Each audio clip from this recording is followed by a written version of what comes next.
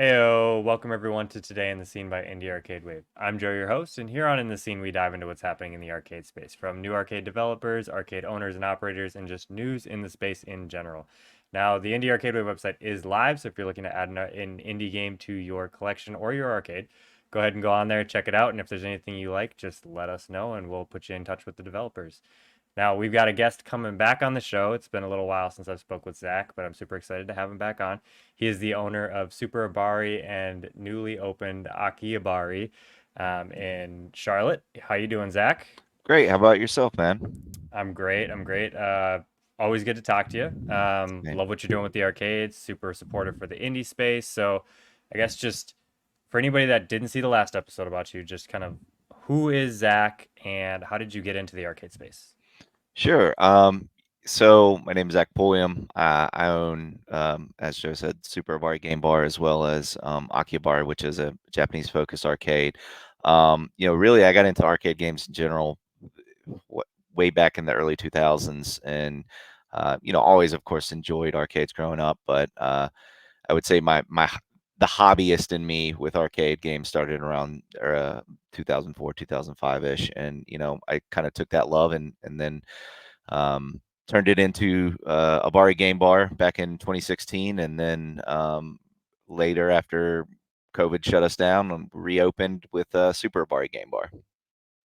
Yeah, I mean, I love to see the growth and the resilience and continuing through everything that happened. I just have to ask right now because it's in my field of vision. I see it. Yep. The NES collection.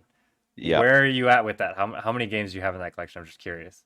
So I'm like six away from a full licensed. So I at one point owned a stadium events. I ended up Uh, selling said stadium events to put a down payment on my house. So which was well worth it, obvious. But I'm not looking to recollect that one. I'm just saying it's been had, and I'm happy with that. I So I think the last time I saw a YouTuber that was going for the full set, I think they were looking for like 65,000 for one in box, but no manual. So that's nuts. jeez, yeah, Let's talk about how things have progressed at Super Bari since the last time we spoke. sure. It's been well over a year now. So, Mhm. what have you brought in? I know you brought in some indies and some new pins. Kind of update us on the arcade. Yeah, so I mean, since we last talked, we've definitely added a few things. As far as indie games, I think the one that stands out the most would be Axel Smooth. I don't believe we had that last time we talked. Perhaps we did. I could be wrong. But it was a local developer here in Charlotte.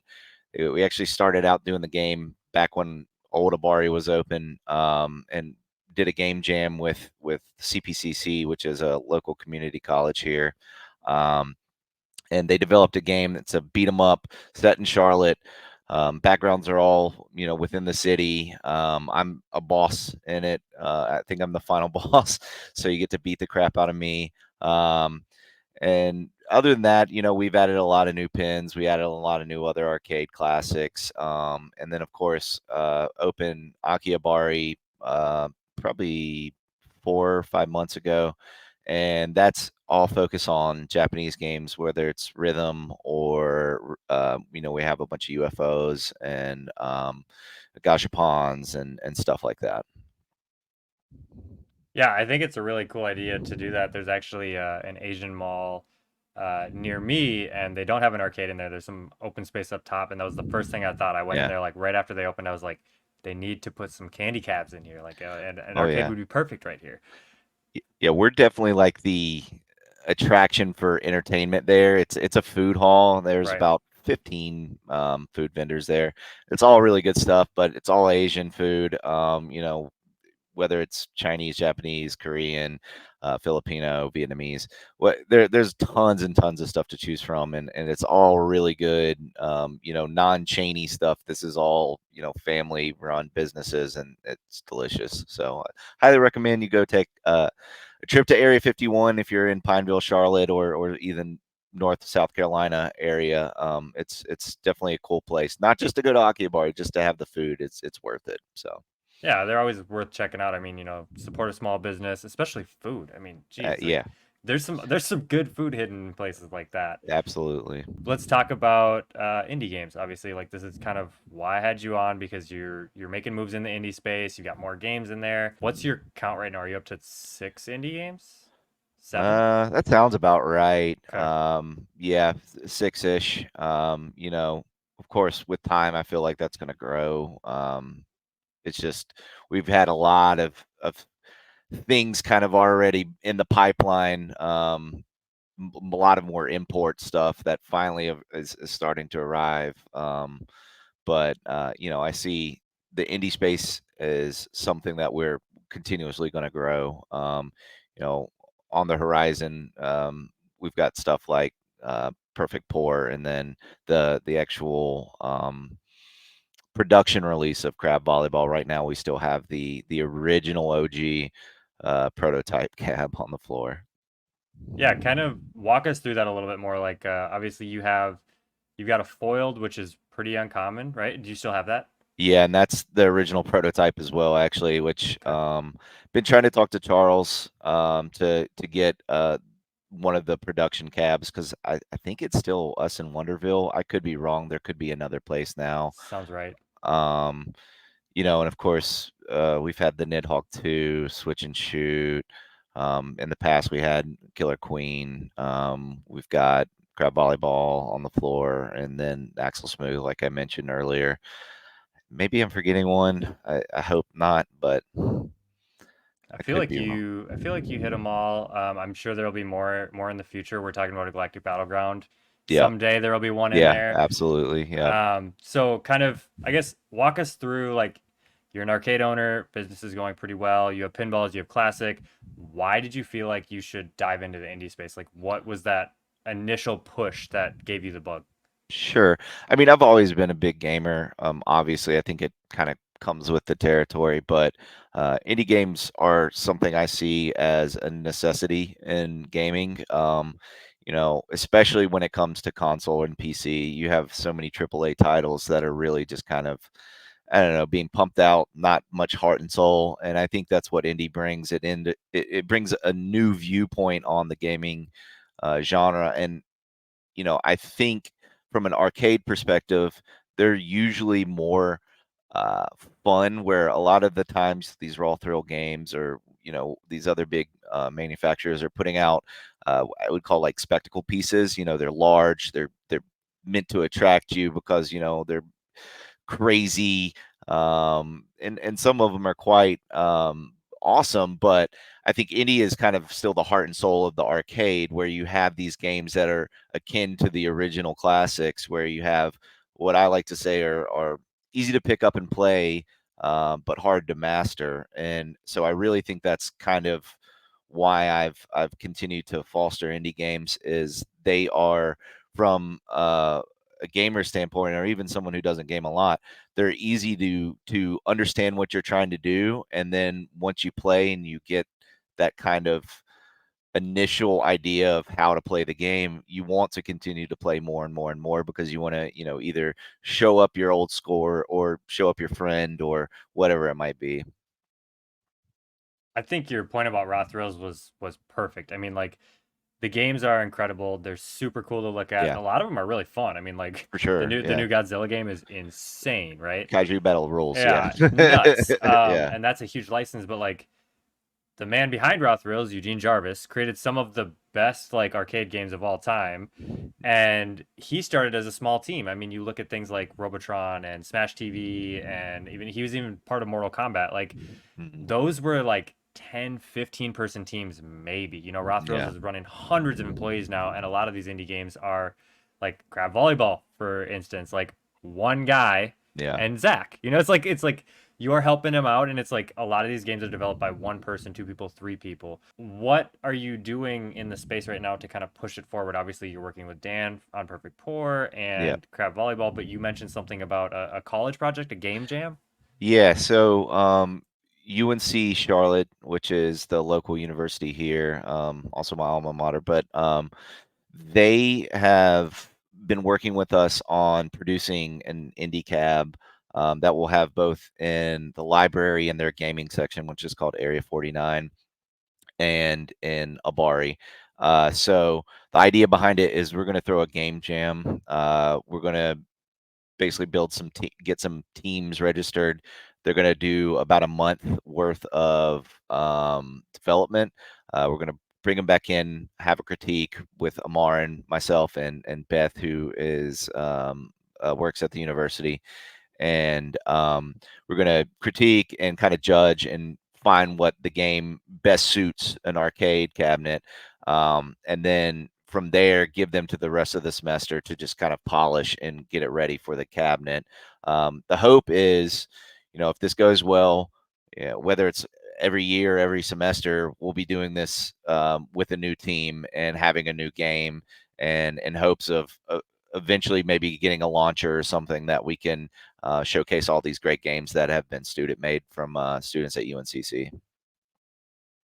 I think that's awesome. I mean, it's the idea of giving someone who is interested in game development a platform to one make a game, to Hmm. put it in an arcade cabinet, because what student gets that opportunity, right? Like Yeah. going the process of developing an indie game for an arcade cabinet it's pretty treacherous. I mean, I'm not going to say it's easy.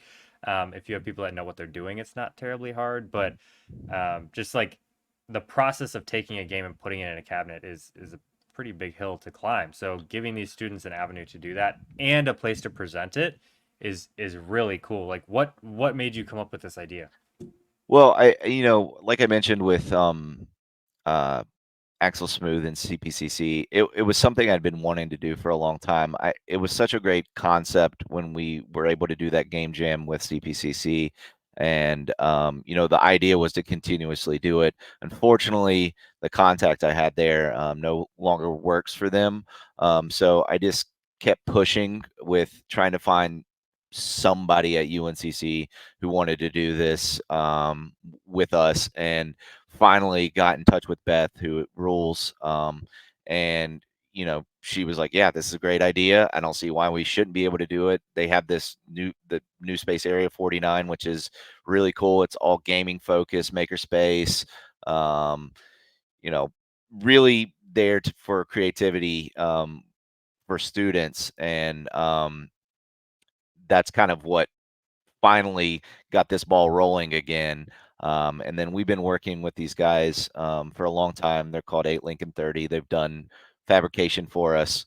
And we've really just started um, working on some designs for cabinets, doing that for crab volleyball, and that kind of translated back into this UNCC project as well. Um, so we had the ways and the means to do it, and finally just got everything all figured out and ready to do it this semester, actually, which school I think just started back. So yeah, we'll be hopefully having a brand new game by the beginning of the next year on the floor from the students at UNCC. Yeah, I think that's so cool. Like it's really it's super nice to me. It's it gives me an optimistic view on the space to see, like, I mean, I'm thinking of like Wonderville, like you mentioned already, like Mark Mhm. and his whole crew are, teaching students like you can make games and put them in places, and then you're doing it, and the Highlight crew down in Orlando, like Yeah. Brian is a teacher, he teaches in Unity. It's just like I'm seeing all of these teachers in the indie arcade space that are teaching the next generation, like, hey, you can do this, like we can make arcade games, and arcade bars are huge. So tell me a little bit more about like what your plans are for your two arcade bars, and like what are you planning to do in the future to keep the space growing? Yeah, I mean, so obviously, indie, like we were discussing, we're at a time where I'm almost 40 years old now. So what I grew up with and what I enjoy is not always going to land with the new 20 something year olds. So what we've been doing is really looking for experience games, and what I mean is by that is something you can't experience at home. Um, so, really going towards things like rhythm games, indie games, games with unique control schemes, which once again I think goes back into indie games. Um, I want something that you can come out with friends, have a good time, and have an experience that you might not have anywhere else. And I think that's really what's going to keep arcades in general alive. Whether you're big like Dave and Buster's or Frankie's here and have all these great, unique experience like games that are incredibly immersive.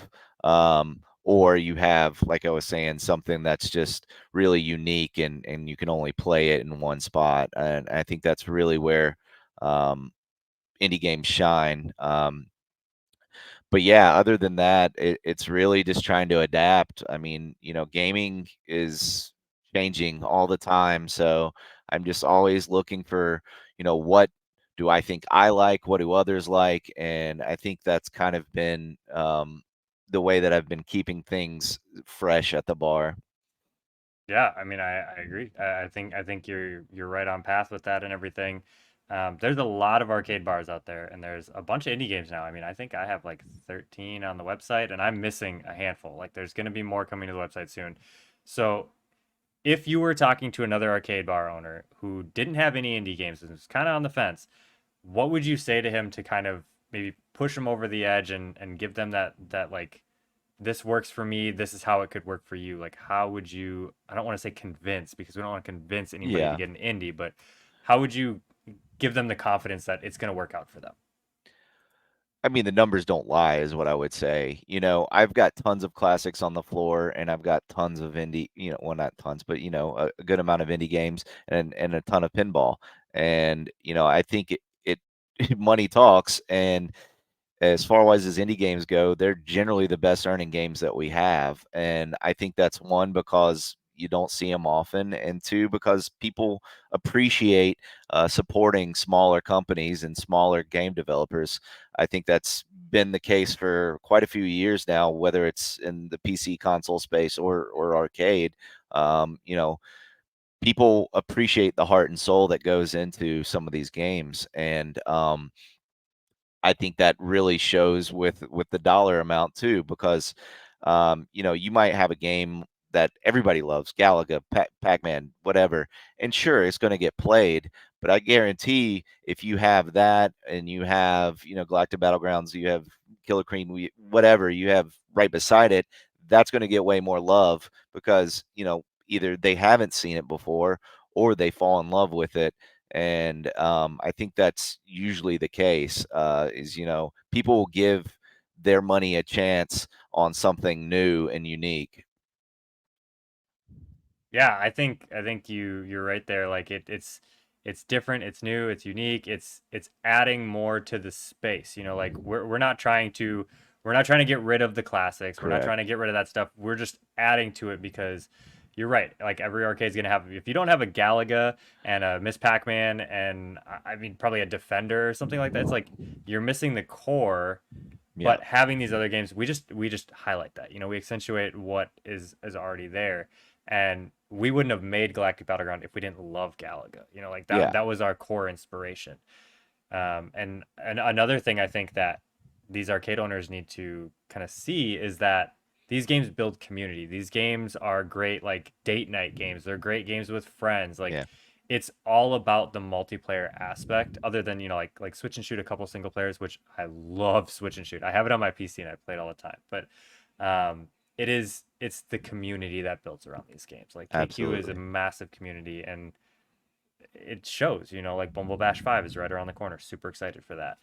Um, I think that's kind of all I had for you. Let's talk a little bit more about like Akihabari. You kind of just mentioned what it is, what you brought in there. How did you plan that business differently from Super Abari, and what are your plans going forward with Akihabari? Sure. Obviously it's a whole different beast where an arcade bar, the arcade portion kind of pays for itself, and the alcohol is, of course, what actually brings in money. With Aki, we had to be a little bit different.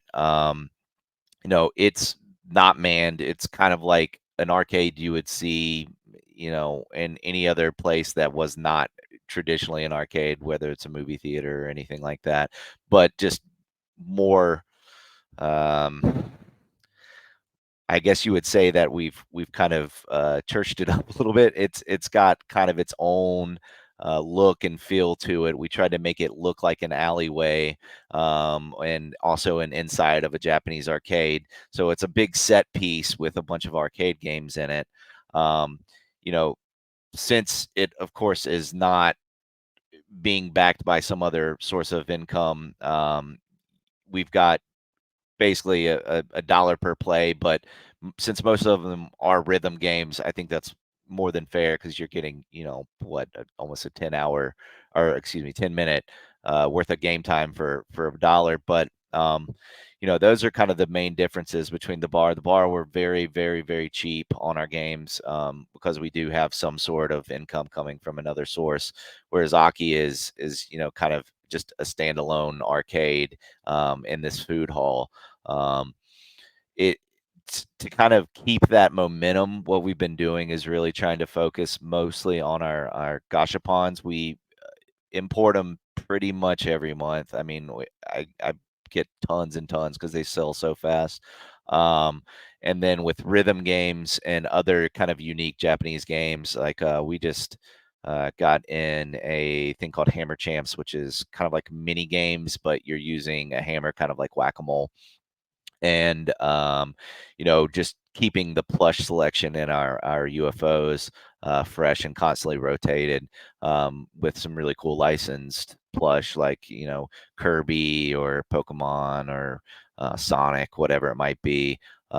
So that's kind of the main focus on that, is just give a more, as I'm not going to say it's completely authentic to a Japanese arcade, but to bring some stuff that you would see in a Japanese arcade, whether it's a Sega Taito arcade in Akihabara. And that's kind of the idea behind it as a whole. Have you actually been to a Japanese arcade? Yeah, yeah, Okay. definitely. So that was kind of my research. It was good research to have, and I'd love to go back. I hopefully can get a trip in the near future. But a lot of, I was lucky and got to see a lot of the stuff before they completely shut down. So this is, I guess, my love letter to that Japanese arcade culture. Got it. Yeah, I mean, I've looked at some of the videos. I'm sure you'll send me a walkthrough to post on the video so I can Sure. check it out. I'm going to Japan in October, so I'll Nice. watch the video and compare arcades and maybe come back with a couple of pointers for you. Yeah. Last question for you. What advice would you give to a new arcade owner? Either they're collecting right now and they're going to open up Mhm. soon, or their doors are opening tomorrow. Like, what advice would you give them to make that first 6 months to a year easier? Well, I can tell you this is probably not the best advice, and probably a lot of people don't want to hear it. Um, be prepared to think. Be prepared to have the things that you think are people are going to love to do poorly. Um, you can go in and your concept might be, I only want 90s arcades. I only want 80s arcades. Don't limit yourself like that. Please, please, you know, be picky but about what you get, of course, but don't sleep on some of these things like we were talking about, indie games or rhythm games or any of these other um, kind of things that maybe you aren't thinking about right now, um, because they're really what's going to set you apart from other places. I went in with hopes of only having basically arcade games. And then I had a few pins, but then I realized, wow, pinball's great and people really love pinball. And the same thing goes with indie arcade, and the same thing goes with rhythm games. So really don't limit yourself, I guess, is the main piece of advice I have, is like try new things. Don't be afraid to do it, and don't limit yourself to one subsection of games because it's really not helpful for you or your business. Yeah, I think that's great advice because from what I hear from operators, pinball kills. It makes a Yeah, ton of money. it does. And rhythm games kill too. Like you may have 10 minutes or whatever to play it, but like those games get like you're gonna have people walk up to certain games, play one game, and walk away. A rhythm game, you're probably gonna get two, three, four plays out of it. Like if I see a DDR, I'm probably gonna spend an hour Yeah. at that cabinet, no matter what else is in the arcade. So yeah, like look at those, and if you're interested in indies, like reach out. I'm more than happy to talk about your specific business and what indies would probably fit because not every indie is going to work in every arcade bar. It's Correct. just that's how it is. We send GBGs to arcades all over the country, and some perform very very well, and some perform pretty average, and then we help that owner move it to another location. So it these things are very doable. You just need to make sure you're getting the right game to fit your space. And I would even say this, even if you're not an arcade owner and you're interested in having an arcade game, I think indie games are the way to go. There's something unique, they're eye catching, and they're generally at a better price point than a lot of other games. Um, and I think there are a lot of things out there that fit different types of businesses. Whether you're a brewery, whether you're a sports complex, there's so many cool indie titles. Like Highlight, like you mentioned, would be Yep. great for a sports complex. Crab Volleyball, I'm going to sell it Yep. right now. Great for us. These are games that you're going to see, and they correlate to your business, and they're just some extra little bit of revenue that you're going to have generated by just sitting there. So definitely something to think about. Right. Yeah. I mean, not to mention the cabinets are beautiful. I mean, like the highlight Exactly. cabinet is incredible. It's Like just seeing beautiful. the art on that thing, that's gonna draw people over whether they want to play it or not. Like that'll Yep. just get pictures next to it. Like we had a woman who came into Uptown in Minneapolis. She didn't even play our game. She just took a picture with it and posted it on our social media. It's like that could bring traffic into your business. So there's a Exactly. lot of facets for this stuff. Yeah, that's all I had for you, Zach. So just shout out social medias, let people know where they can follow along with your journey. Awesome. Yeah. Check us out on Instagram at abarigamebar.com or not .com at Abari Game Bar. And we don't use much TikTok, but we have at Super Abari, and then of course Abari Game Bar on Facebook. You can also go to superabarigamebar.com. We have our list of games there. We have all of our events and links to our socials as well. So definitely check us out. Yeah, thanks, Zach. I'm gonna put all Thank you, Joe. those down in the description so you guys can check them out. You're on my list during the travels, so I will be coming Heck to the yeah. arcade. I don't know when exactly, but I will let you know. Please let me know. Yeah. Um, and yeah, thanks again for coming on. I appreciate your time. Love the support for the indie space. Thank you so much. Thank you. For anybody that's still watching, don't forget to like, share, and subscribe. It helps us a ton. The wave will continue to grow, and we can all ride it together. We have Galactic Battleground available for sale right now in our Konami and our tabletop. Those are on the website. We've got the t-shirts for Galactic Battleground and Indie Arcade Wave, and the website is live. So go ahead, scroll through that. Let me know if you want a game. And Food Fight Frenzy is coming soon. It's out, but we just haven't finished the production on it. So that's pretty much it. And until next time, peace. Later.